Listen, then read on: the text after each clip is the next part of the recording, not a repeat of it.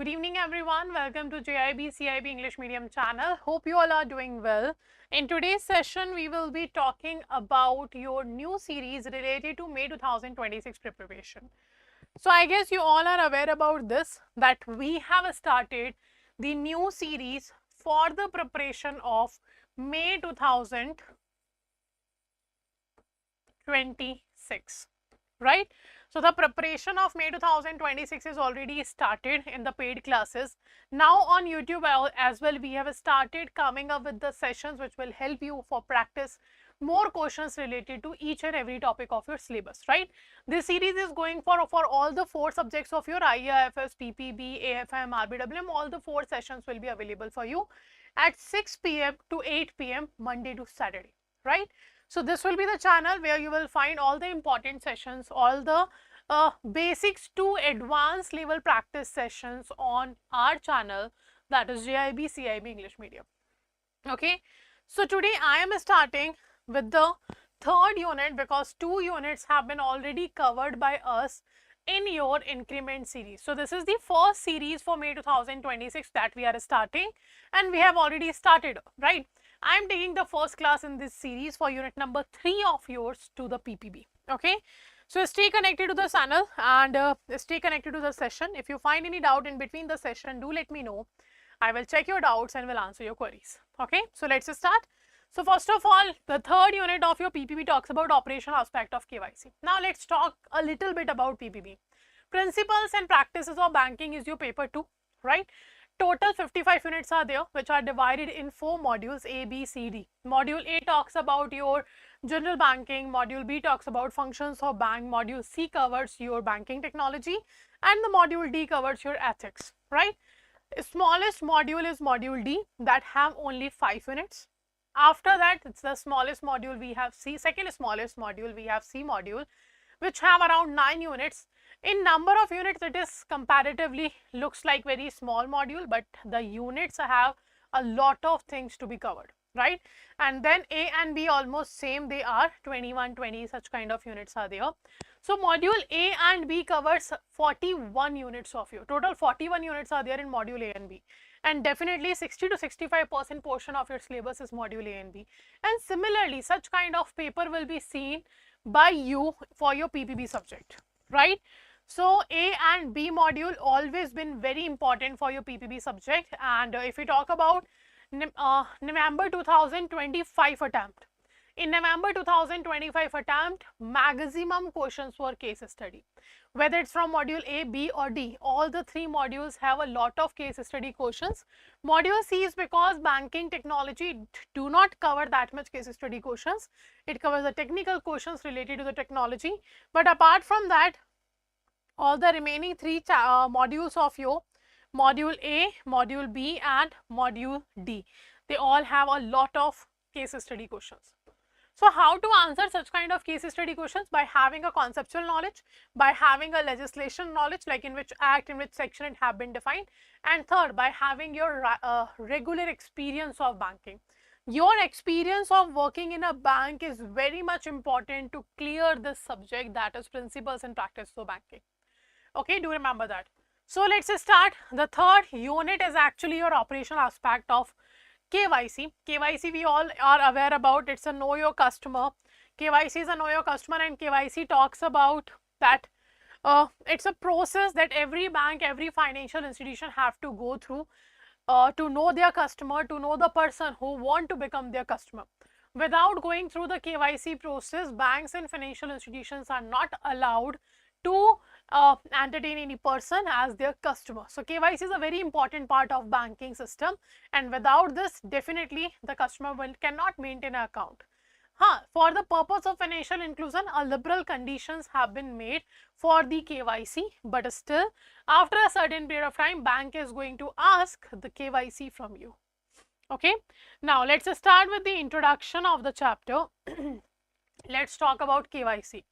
So know your customer norms we will be talking about. RBI instruction cover the requirement for customer acceptance and customer identification, right? RBI says, RBI have instructed us, RBI has said that you have to know about the customer. the customer acceptance and customer identification is mandatory for every new person you add in your bank, right? So definitely without KYC you cannot maintain a bank account in any bank of India. Also, if you go through any kind of social welfare scheme for the purpose of financial inclusion, like your Pradhan Mantri Jan Dhan Yojana, if you open a basic saving bank deposit account, after 6 months, it's mandatory that you submit your documents. If you don't submit your documents, bank is going to close your account by giving you the notice, okay? Now, first we have a customer acceptance policy. So RBI is saying that you have to go for the customer acceptance. Now, what does customer acceptance mean? Customer identification, we understand you are going for the like investigation about the customer. You are trying to know who the customer is, whatever the information the person has given us, is it correct or not? That's what we do in the identification. But what is acceptance policy? So the customer acceptance policy of a bank lays down the criteria for accepting a customer from the perspective of money laundering and terrorism financing risk. So acceptance means what? You are only going to accept those customers which, after doing proper identification, you are sure that this customer is not going to create any kind of money laundering or terrorism financing risk to us. So this is what the customer acceptance policy says. It's a customer acceptance policy that bank lays down the criteria for accepting a customer from the perspective of their money laundering and terrorism financing risk. Now, what is money laundering? Money laundering is simply conversion of black money into white money. A lot of ways are there to earn a black money. Corruption is one of them, right? Apart from that, terrorism is with the help of black money, people are helping the terrorism as well. A lot of terrorism organizations are there in the world which are raising capital from illegal source or might be from the legal source by hiding the reason behind earning that money. So they are raising the capital from the market, from Indian economy, from other economies, and they are using it for the terrorism purposes. That's what the terrorist financing is. Okay, so the persons who convert black money into white money, black money is what? Simply the money which do not have a legal source of income. That's called the black money. Converting it to the white money means you are converting the source of income into legal. And the second we have is money laundering means what? Converting the black money into white money is money laundering. It have 3 stages: placement, layering, integration. With these 3 stages, we convert the black money into white money. And for doing this, for placement, layering, integration purposes, public use the banking channel so that they won't be identified very quickly that they are doing the money laundering or they are converting the black money into the white money.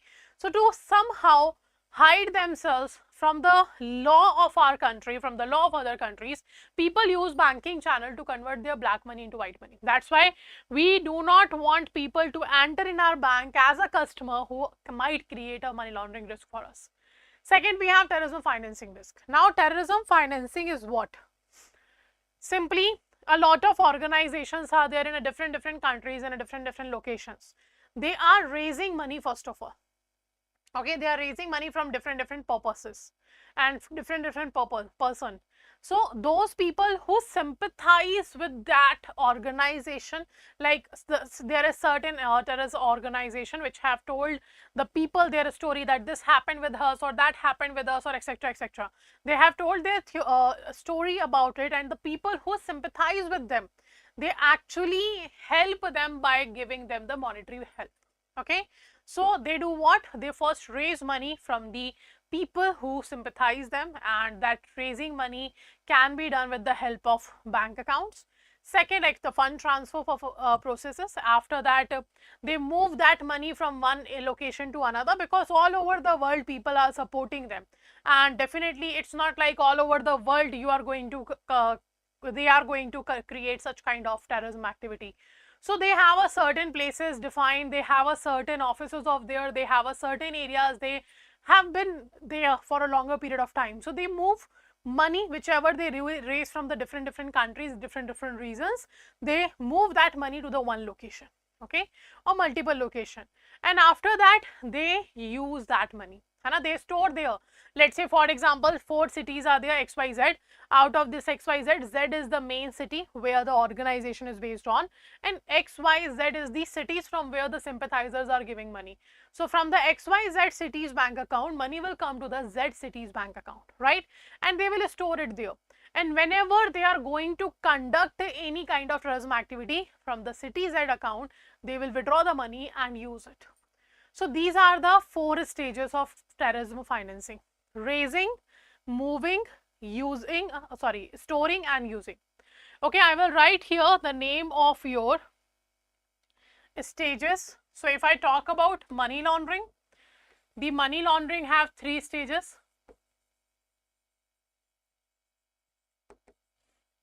Okay, first placement,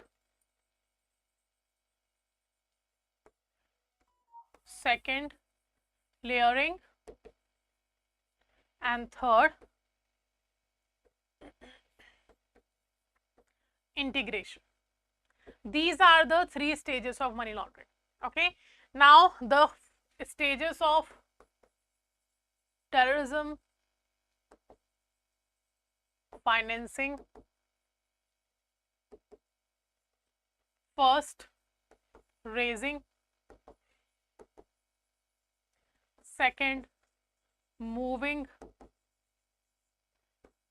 third storing, and fourth using. So these are the 3 stages of money laundering, and they are the 4 stages of terrorism financing. Do remember their stages name because it is important. Okay, now customer acceptance policy should include such kind of norms that will help them to understand the customer, to know the customer. So first of all, no account is opened in anonymous or fictitious or benami name. A bank cannot open any bank account on a anonymous name or fictitious or the benami name. Second, no account is opened where appropriate customer due diligence measures cannot be applied either due to cooperation of the customer or non-reliability of the document information furnished by the customer. So simply we are saying that no account will be opened for the customer where the appropriate customer due diligence measure have not been applied. Either might be 2 reasons. Might be first reason, non-cooperation of the customer, like customer is not cooperative in providing the due diligence, or it can be non-reliability of the document or information that have been given by the customer. Like you cannot rely on that document, you do not trust on that document, or the customer is not cooperating with you for the customer due diligence. Now, no transaction, in that both cases you cannot open the account. No transaction or account-based relationship is undertaken without following the CDD procedure. If you are not following the CDD procedure, definitely you won't be able to undertake any kind of account-based transaction or accounts-based relationship cannot be made by the bank for that particular customer. Okay. So if any customer or any person who want to open an account but they have not gone through the CDD procedure, they are not allowed to perform any kind of transaction. They are not allowed to have any account based relationship with the bank. Okay. CDD is simply customer due diligence, which actually kind of inspection about the customer we do to find out this information is given is correct or not. Now, circumstances in which the customer permitted to act on behalf of another person or entity is clearly spelled out. Okay, when you are opening an account and in the particular account, you are saying that a customer is permitted to act on behalf of some other person or entity, then it have to be mentioned properly. Okay. Now, to ensure that the identity of the customer does not match with any person or entity whose name appears in the sanction list circulated by RBI. So those persons who or those entities whose name comes under the sanction list circulated by RBI, if their name comes in that list, you cannot make that person open a bank account. So the name of the customer, identity of the customer, as well as the business should not match with this list of RBI. Then you have to verify the permanent account number which you have obtained through the facility of issuing authority. You have to validate the permanent account number. Then you have to verify the digital signature of an e-document that is given by the customer. You have to verify the signature as well. Then the mandatory information to be obtained for KYC purposes during the onboarding of a customer, right?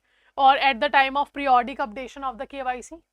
Okay, so it should be specified in the KYC policy that what kind of information is mandatory to give to the bank when you are onboarding.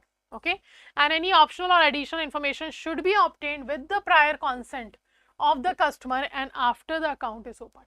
Like in between in between, like let's say for example a person have done the KYC requirement fulfill and he opens the bank account, but after opening a bank account, bank needs some other more documents or information and they are asking the customer about it. So the customer have to inform it, customer have to answer, customer have to submit those documents as well. Like bank have this right to take any information, any document which is related from the customer. Now, in case of joint account, CDD procedure is to be carried out for all joint accounts holder. Okay, what we are saying, in case of joint accounts, customer due diligence procedure is to be carried out for all joint account holders. Okay, so CDD in the case of joint account, every person's CDD will be done in the joint account. If you have a 4-person, every person's CDD have to be done. Then we have customer acceptance policy should not result in denial of banking and financial facility to members of general public, especially those who are financially or socially disadvantaged. So under the customer acceptance policy, you cannot deny anyone to have a banking service. Definitely you will follow the rules and procedures that have been asked you to be followed by by RBI. You have to follow that rule, but you cannot deny to provide services to anyone. Like earlier it used to happen, the banks used to deny financial or banking services to the agriculture, to export credit, to small medium enterprises. They used to deny the services to them, and that's why the nationalization of banks have been done for the first time in 1969 and second time in 1980. That's why the nationalization have been done, because banks were focusing only on those areas which was profitable. Okay, and they were not focusing on agriculture, export credit, your small medium enterprises, etc. So now you cannot deny any customer that we are not going to provide you the service. You can't do that. In case of non-compliance of the KYC guidelines by an existing customer, banks may decide to close the account after giving the due notice. Okay, if you have not submitted the required document, you have not supported the bank in any kind of compliance, then your account, by informing you, will be closed. That was your customer acceptance policy. So customer acceptance policy gives you the criteria. These things have to be matched with the person you want to open account for. If it match, you can accept that person as your customer. If it do not match, you cannot accept that person as your customer. Okay. Second, RBI said that acceptance and identification of the customer should be done. So second policy, we have a customer identification procedure. Okay, in between, if you find any doubt, do let me know.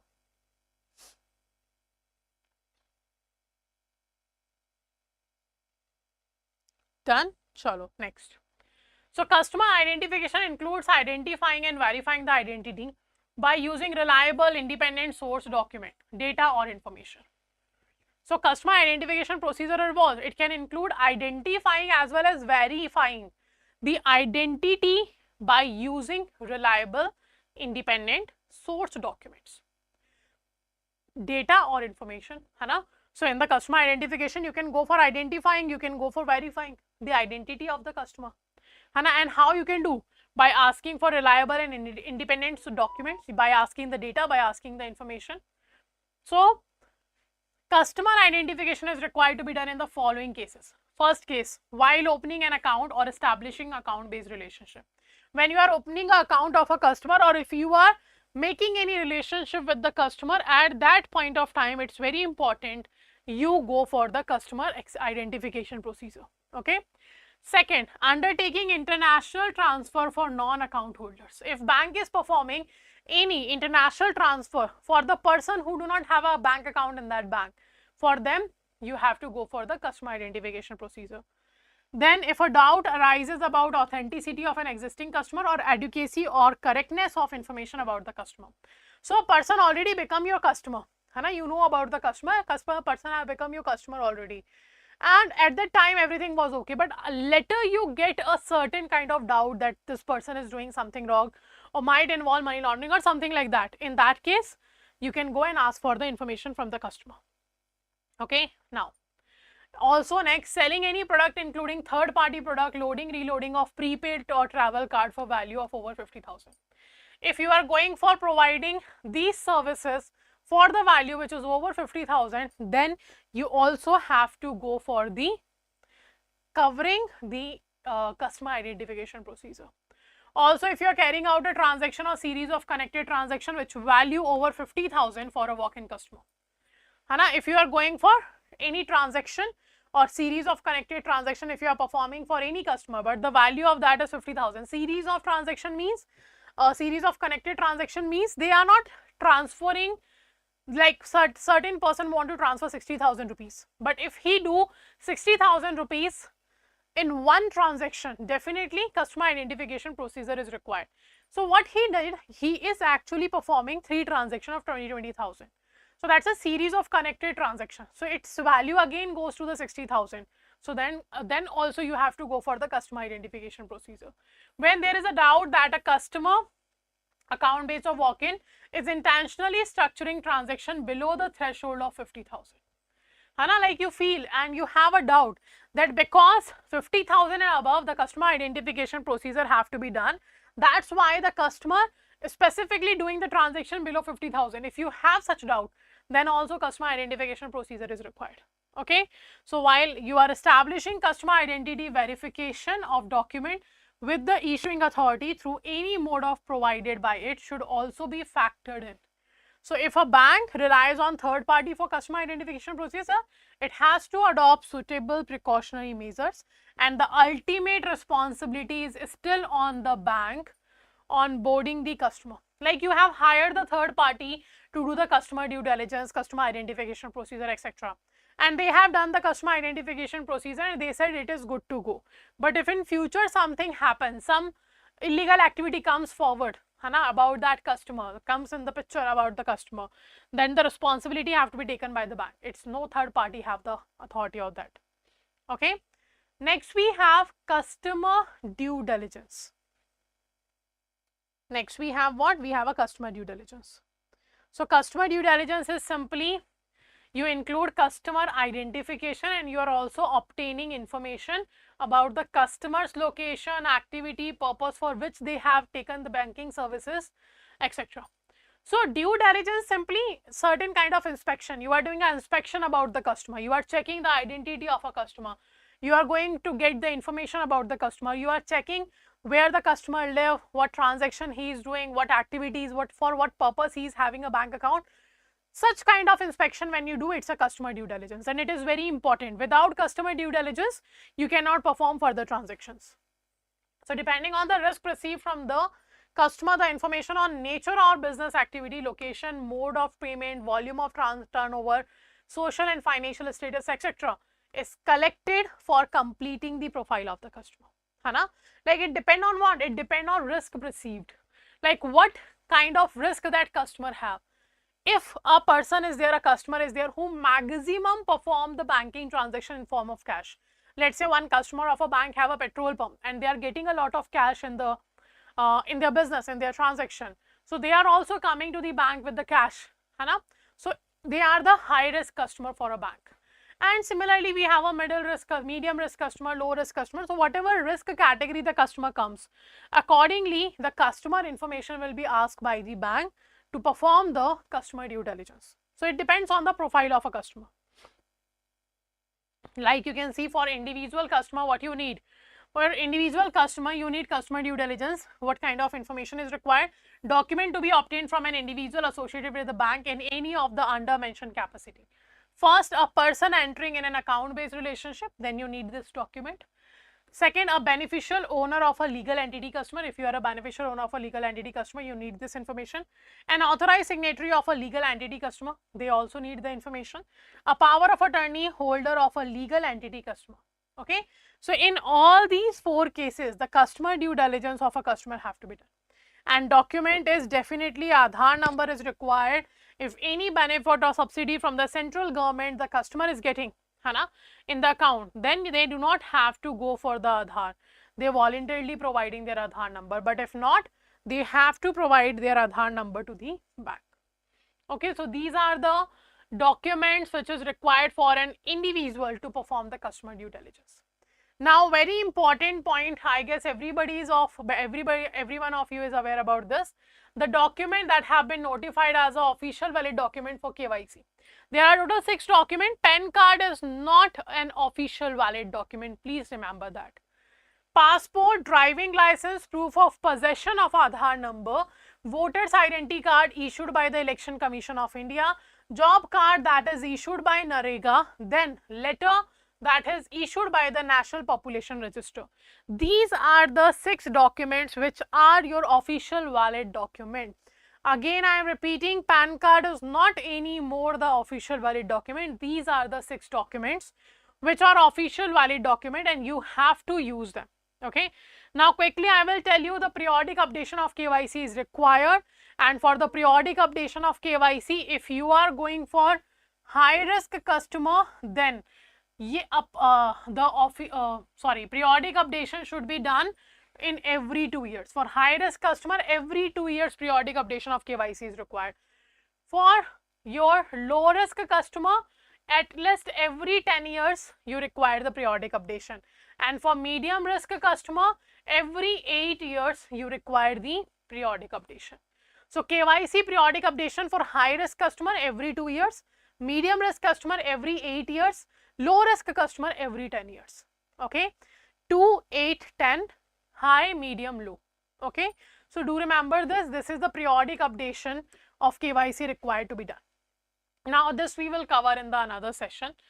Let's practice some question. First is saying which principle best captures the aim for customer acceptance policy under RBI KYC from an money laundering, terrorism financing risk perspective.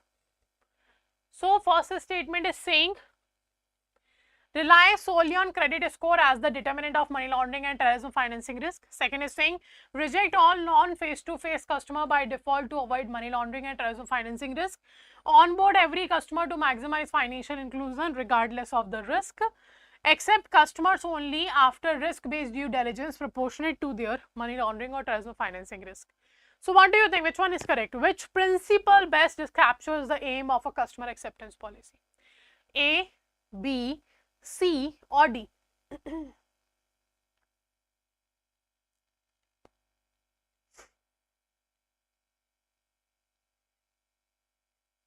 Okay, so right answer is definitely D. Accept customers only after risk-based due diligence proportionate to their money laundering or terrorism financing. Okay. Second, we have here which of the following statement is are correct regarding official valid document for KYC. First, proof of possession of Aadhaar number is an OVD. Job card issued by NREGA and duly signed by the state government officer is an OVD. Then, letter issued by the National Population Register containing details of name and address is an OVD. A and B only, B and C only, A and C only, all of the above. So, definitely proof of possession of Aadhaar number, job card by NREGA, letter issued by National Population Register, all are the official valid document. Okay, so such kind of sessions will be available to all of you Monday to Saturday. JAIIB May 2026 preparation we will be doing that. You can join on the JAIIB CAIIB English Medium channel, and also do remember these sessions are going on from 6 PM to 8 PM Monday to Saturday. Do download the 24/7 application, because after downloading the application you get a benefit of extra discount. So if you are preparing for May 2026, if you want a dedicated batch, simply visit the 24/7 application. Select JAIIB, CAIIB, go to the JAIIB 2026 and see the latest batch is coming. That's a momentum batch. And the momentum batch is starting from 19th of December. From when it is starting? It's starting from 19th of December. Okay. And Mahapack is also there. If you are going for any 3 or all the 4 subjects of JAIIB, then go with Mahapack. And if you are going for individual 1 or 2 subject, let's say, then you can go for these subscription batches. Okay. So how to enroll? Just click on the batch. Do read the offering, live class, mock test, ebooks, videos are there. Sorry. Do check their validity. Scroll down. You can check all the details about the batch given here. Okay. After checking every detail, just click on the buy now option. Enter a code here. That will be Y496 and apply. So once you apply, you will find here 81% discount, but 1% additional discount will be available if you purchase the same batch from other 24/7 application and use the coins there. Okay, if you use the coins given there, you will be able to get this discount. Okay, 82% discount, and the code to get this discount is Y496. And on the other batches also you get the same 82% discount. So decide on the basis of how many paper you are going to give for the May 2026. If any 3 or all the 4 are there, then Mahapack. If 1 or 2 subjects are remaining, then go for the subscription batch. Okay, so that's all for today. That's what I wanted to discuss with all of you. Because of the little time we have left a certain part of this session, but don't worry, it will be covered in the later class. So let's end here. Thank you all for joining this session with me. If you're watching this session in recorded form and if you got any doubt, let me know in the comment section. We'll check your doubt and definitely inform you about it. And do subscribe to the channel JAIIB CAIIB English Medium. Press the bell icon so that all the upcoming sessions notification be provided to you. Okay, thank you everyone.